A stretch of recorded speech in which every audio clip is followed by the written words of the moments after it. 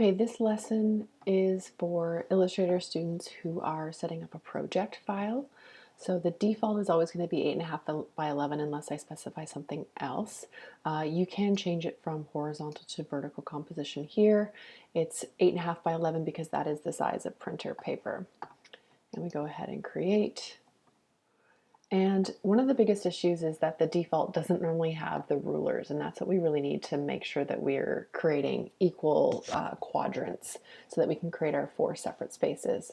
So to find rulers, we go to View, Rulers, Show Rulers.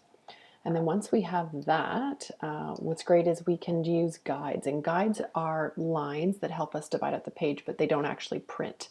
They're just there for to help us during our live view while we're working.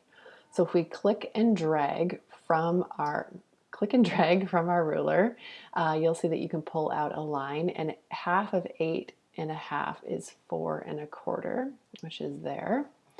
And then if we go to the top and click and drag, half of 11 is 5.5.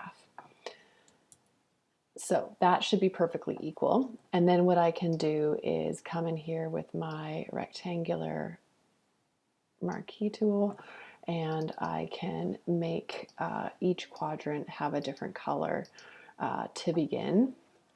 And then to make 4 of them, I'm just going to hold Alt to drag them out. And this one, I want it to be a different color. Perfect. And then make another.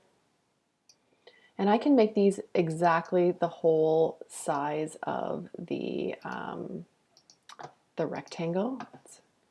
Or I can leave it like this, where I've left a little bit of space at the bottom, and that is for my titles, so that I can make sure that I can label my work with the word or whatever that I'm using here.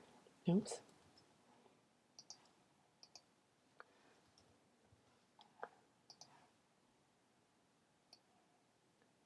And then place it there in the negative space between the shapes, or I could bring it up here, and because if I do that, it's going to go under.